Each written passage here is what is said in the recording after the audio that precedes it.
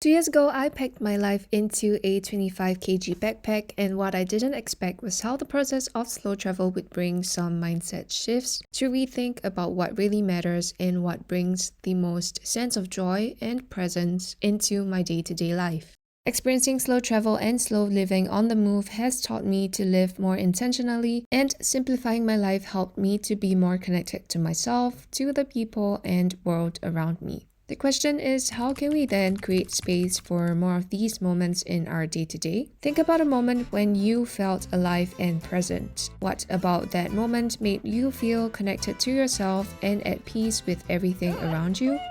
Here are 3 ways that being on the move has helped me slow down and simplify my life to live more intentionally, and I hope that they can inspire you to make adjustments to your own lives as well.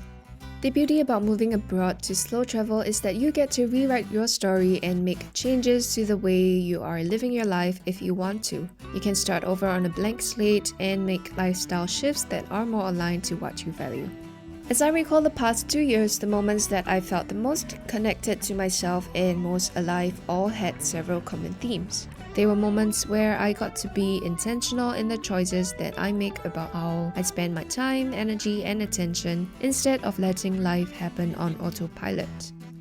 There were also moments when I was the most present and grounded, where I am aware of my surroundings and how I'm feeling. And lastly, they were also experiential moments, when I get to step outside of my immediate environment and understand how vast and diverse the world is. The idea of slow traveling means getting to explore new destinations and places at a slower pace. In contrast to touristic endeavors, slow traveling often looks like staying in a location for longer periods of time, where one tries to integrate all parts of life into day-to-day routines instead of just being a tourist. When I embarked on this slow travel journey, I had my home base in Yellowknife, a city in Canada's Northwest Territories. I lived there on a workaway experience while getting to explore at my own pace, as well as to travel to nearby areas such as Calgary, Alberta, and Alaska. Slow traveling allows me more time to uncover the essence of a location and for deeper connections to be made within the community. Apart from Canada, getting to Germany for my degree also allowed me to slow travel Europe as well as to craft a unique study plan that allowed me to go abroad to the US and also Norway. There's a mindset shift that happens when you are no longer traveling like a tourist, but you are seeking new environments with more time on your hands. That's when slow travel also begins to merge with the idea of slow living. Since I came from Singapore, a city where everything is very fast-paced and efficient, I longed to experience slower lifestyles and pace of life. I sought out live abroad experiences that allowed me to just be and be on the quest to counter the urge that things have to happen at crazy paces and to counter the need to move fast. After completing the last few remote months at my previous 9 to 5, I took a few gap months to force myself to slow down and transit into a new phase of life. It's golden hour.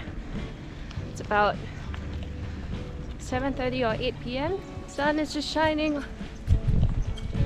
Whew, my thighs.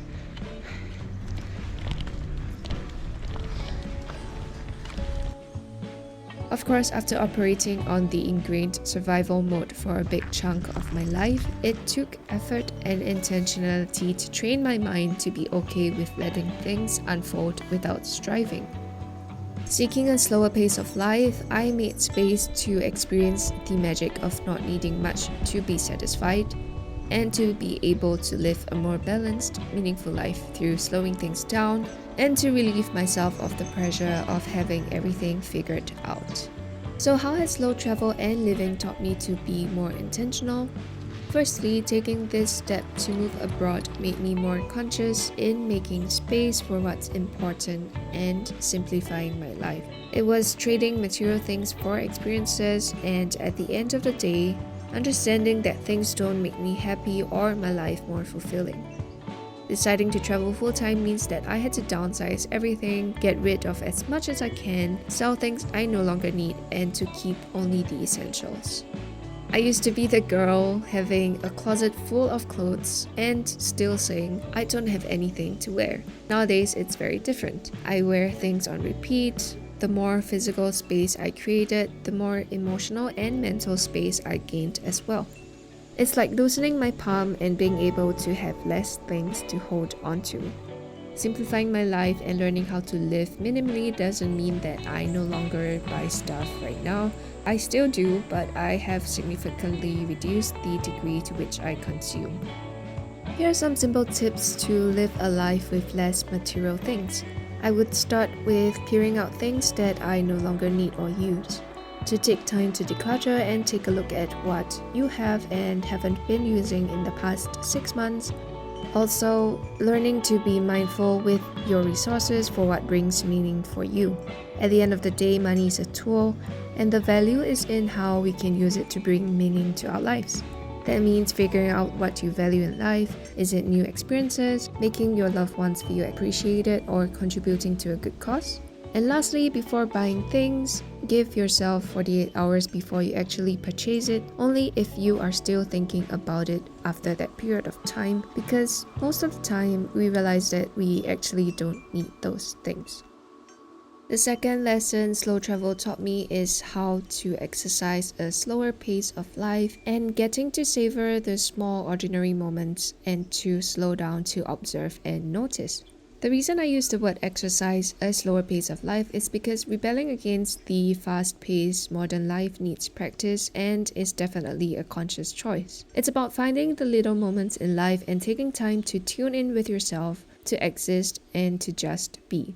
I try to set aside time in the day to do things for the sake of doing them without needing that activity to turn into something productive. I try to lean into boredom sometimes and let that space fill with my creativity and to put anxiety and overthinking to rest.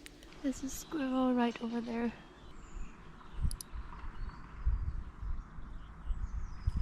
Oh.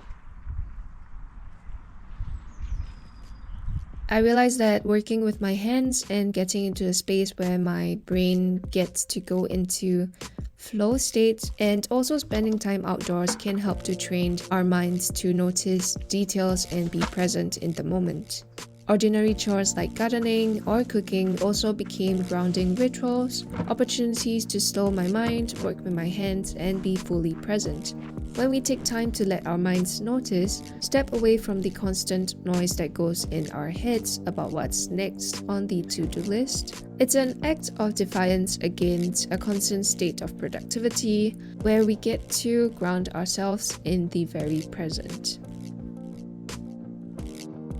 The third thing that slow travel has taught me is to give myself the space to move at my own pace. When your objective is to travel slowly and explore places without a deadline, learning to pace yourself and explore new destinations at a sustainable pace is so key. It takes time to find a rhythm that works for you when you get on the journey of learning how to balance remote work, exploring while trying to settle down and live for mid to long term in a new place at the same time.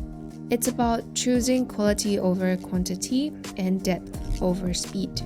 I guess that's why I'm not a big fan of country counting, because for me, slow travel is about choosing the quality of each experience instead of wanting to hit X number of countries as fast as I can, but about the depth of experience that I get to have in each place. Moving at your own pace also looks like not feeling pressured to keep up with others' timelines and expectations, comparing yourself to your peers, and being okay with where you are right now, trusting that you are in the right place that you need to be, and to stop rushing to get to the next destination. It's about willing to endure the discomfort of not knowing what's next and to let go of the feeling of being in control. For me, that looks like allowing myself a slow morning without feeling guilty and recognizing when my body needs to slow down and giving myself time and permission to rest without shame and just listening to my body and heart about what I need in this moment and time. I'm learning to adjust my schedule and plans according to my energy and needs, and learning to be more spontaneous and leave room for unplanned stuff that come up. So this is something that I'm working hard on, and if you're anything like me, my calendar is often time blocked, and making space for spontaneous activities requires me to learn to let go of the need to do more.